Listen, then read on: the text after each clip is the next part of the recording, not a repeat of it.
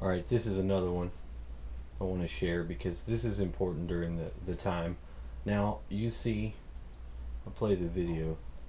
The following ancient information comes from the Celestial Master's mansion of the Lung Hushan, Dragon Tiger Mountain, Zhengyi Daoist Monastery, located in the Jiangxi province, in the People's Republic of China. See This book, this? written by Professor Jerry Allen Johnson, contains translated texts from ancient Zhengyi Daoist mysticism. This book includes many esoteric practices used in ancient Daoist sorcery. This information was originally presented to Professor Johnson for his personal use and has been kept within the confines of his private library. Although this information was jealously guarded. Okay, I'm not an expert. This is what I think. This is what I remember, like from within inside of myself. Now, in here, you get like a banquet. There's a purifying and a reconnecting to your etheric matrix, your pure form. Now, this Jade Emperor, I think this Jade Emperor is like with the Jade Helm.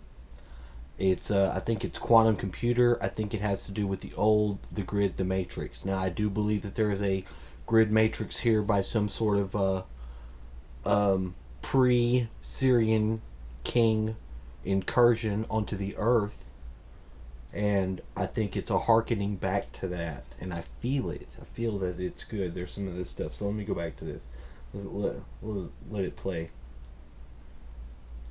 Although this information was jealously guarded for centuries, the purpose for the intense secrecy of this knowledge was to ensure that the true methods of esoteric Taoist mysticism never fell into the wrong hands. However, as the People's Republic of China's Ministry of Religion continues to focus their attention on mass marketing of ancient Taoist temples in order to enhance the financial potential of religious tourism, the true art of Taoist mysticism has fallen into the trap of Western commercialization. Well, no doubt. Therefore, in order to assist the serious disciple in his or her spiritual growth, Oops. these ancient Taoist esoteric manuals are now being made available to the public. This ancient manual absorbing the riches of the profound includes begins with a purifying ritual used by Zhengyi Taoists for cleaning and purifying the dark and turbid spiritual natures. It also includes the ultimate teachings of the infinite upper cave, the journey to the great banquet, kneeling and Now, see what it tells you. It says first you have the upper cave. Now, this upper cave is like the upper room for us Christians. We get this with Jesus, and we also have going back. We're told that there's going to be this banquet feast, and we're supposed to we as Christians, the body being the bride. There's going to be a wedding, and we're going to this feast. Now, in all the old legends, it talks about like the Leviathan and the behemoth are going to fight at the end of days, and they're going to actually be on the menu. it also includes the ultimate teachings of the infinite upper cave, the journey to the great banquet, kneeling and praying in the cave of six graces, offering the initial sacrifice of the three cups, the thunder magic ritual, purifying the water, creating the five thunder talismans, opening heaven's door and closing earth's gate, five animal protection, assembling the celestial soldiers, contacting the office that controls the power of the thunderbolts, summoning the celestial immortals to the altar, summoning the martial generals to the altar, and offering the sacrifice and presenting the blood wine, and the binding evil spirits and disease to the dragon boat ritual. Each of these ancient magical rituals contains specific incantations and hand seals used in Taoist thunder magic for purifying the altar space, gathering the celestial soldiers, binding evil spirits, and removing evil. In order to assist the reader in the proper understanding of this ancient text, both classic translations and personal commentary of this esoteric manual are included. The purifying ritual. In order to absorb the riches of the profound, the disciple of the Tao should first purify his or her body, mind, and spirit. Then, the meditation room. So now that's true. So you want to do your energetic work. You want to purify first, which you're cleaning, and you're getting off all that crap. What is that crap? That's your normal day-to-day thoughts. That's all the mundane crap that we do. We're so commercialized. So, but we need to do this because we're ascending, and we need to reconnect to that energy grid.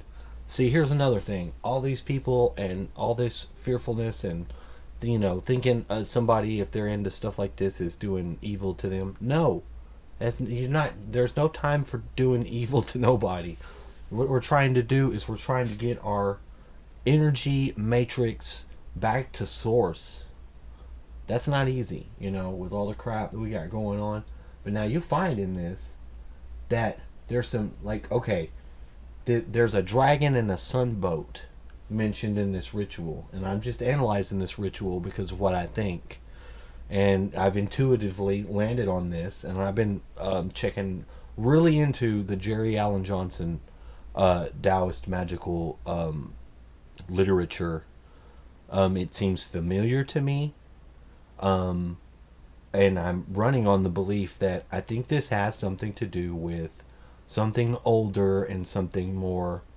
I'm familiar with it, so I'm remembering it. So it's not like I'm a Taoist monk or nothing like that. I actually identify as Christian, but not in the traditional term. I feel like the green man and the green chakra and the heart thing, I think it's really more that.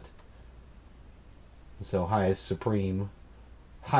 purity, jade supreme purity. This is the celestial um, makeup of the energetic realms of the human, of the universe, and it's all the same.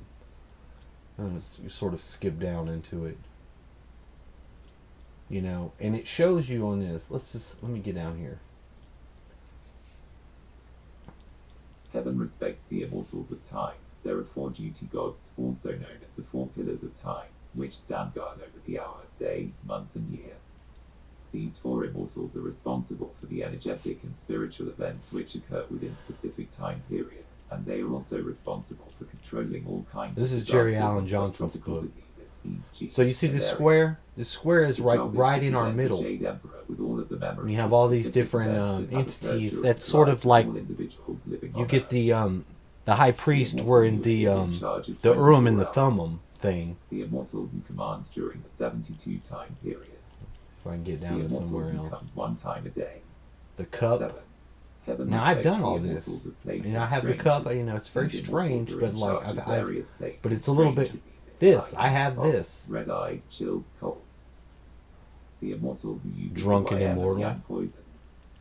The immortal who commands the Now I'm order not of the familiar. There's the mountains, Jade stones, Emperor. fire, and water. Now I am not familiar with the Heaven respects the immortal judge who is in Hold charge of the underworld. This immortal judge is in charge of the gate underneath Taishan, also known as the gate of hell, and rules from under the gates of Mount Halal. Figure 1.5. The immortal judge who is in charge of the underworld. Tilda, UG Tilda, the king of hell, is named Yan Luan. At 15, his PNME minister Pan Guan, who deals directly with ghosts in his capacity as the Pan judge of hell. Guan. Figure 1.5. Also known as the immortal judge. That's very strange. So that's the hell world. And what does it say? The king of hell is Yan Lao Wang. Yan Lao Wang. Prime minister is Pan Guan, like penguin. Ha ha ha. And it says this guy has. He's this. Look.